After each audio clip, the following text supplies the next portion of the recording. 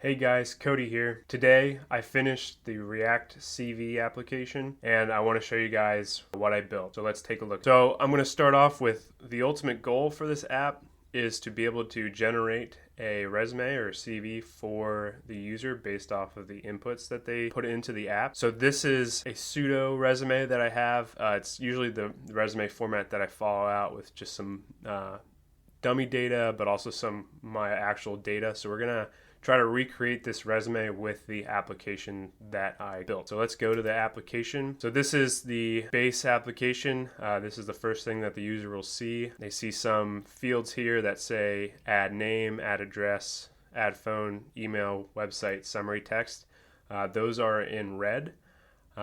So it's prompting the user to add, so they can click on the elements themselves and then they're able to actually turn that into a text area input, enter the information that they have. So let's do that with my name.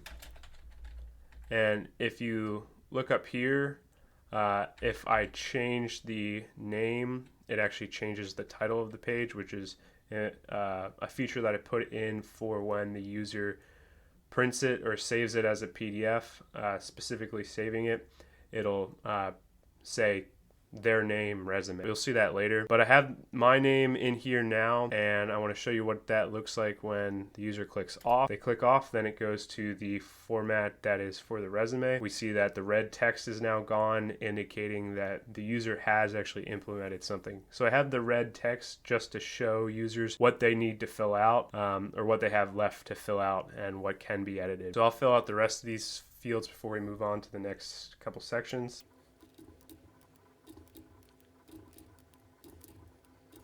And so the summary section is fairly simple. It's just a summary statement. So it's going to span the entire page, and it is a text area, so you can enter a couple sentences if you want that run multiple lines, and the user can actually see that by manipulating the input box. But I'll just put in this one again, just like the other inputs. But the summary section is pretty simple. So let's move on to something a little bit more complicated. So in the education section, we see that there's an add another education button.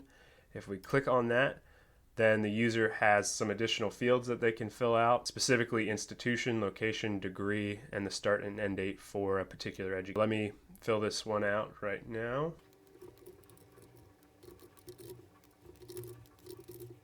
All right, and that's about it for this education section. The only other thing is this remove education button.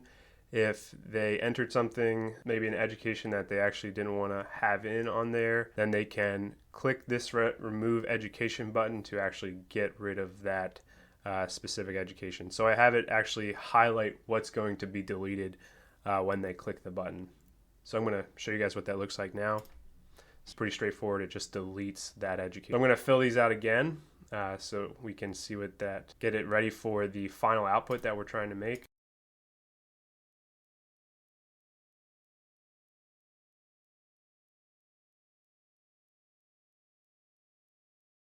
I have all the education experiences that I want on this resume inputted. So now let's move on to the experience section.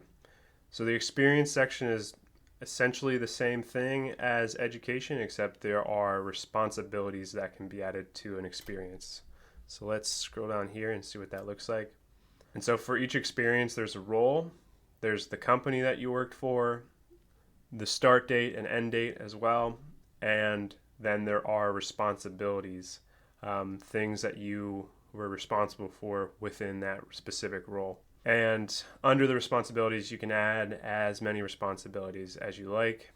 And then stepping up a level, you can add as many experiences as you would like as well. So let me show you guys what this looks like.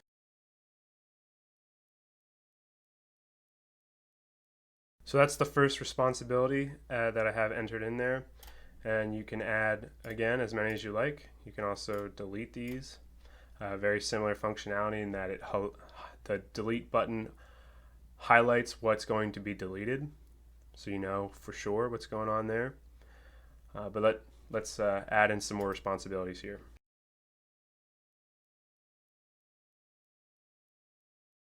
So that's what a single experience looks like when entered into the experience section completely. So let me show you the remove experience button. Again, it highlights the entire section that's going to be deleted. Let me just add another experience just so we know it's only doing one at a time. Yep, okay, there we go. And if I click that, all right, so let me add in these responsibilities and more experiences on here so we can get a resume that matches close to what we want, that final version that I showed you earlier.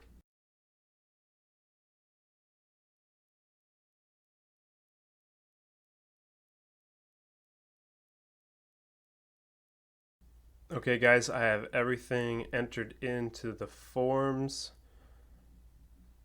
As we can see here, I'm gonna zoom out real quick so we can get just a sense of the entire page and see what happens when I click this remove editing buttons. So for the resume, obviously we don't want all these buttons to be appearing on there. So I have this remove editing button to get rid of those buttons and make it more like an actual resume. So once we click that, we get a message that says press shift plus tab to make the edit buttons reappear again. So that's in case they want to add some more information or remove specific things to make those buttons come back again. Just a little message for the user. We hit OK here, and boom, there it is, the resume. It's looking good. Let's see what it looks like a little bit more up close. So looks pretty good. So now the user can actually just go and they can hit Control P, or they can go up to the menu area and actually print out the resume. They can click Save, and as I mentioned earlier, having the title set to the name resume, the person's name and resume, it'll actually make the file name come out to be that as well.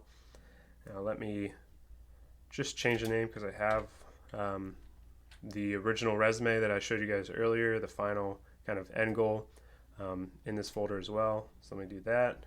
So that is what we ended up with, and this is the other resume. So there's slight styling differences because it's a slightly different font, a unique font that I use for this resume that I made in Microsoft Word, but fairly similar in overall structure. It produces a pretty decent resume, and there's even more space at the bottom for adding even more things to it. But yeah, I'm pretty happy with how it came out, and I definitely learned a lot about how to use React along the way, and specifically how class components should be structured and how they work.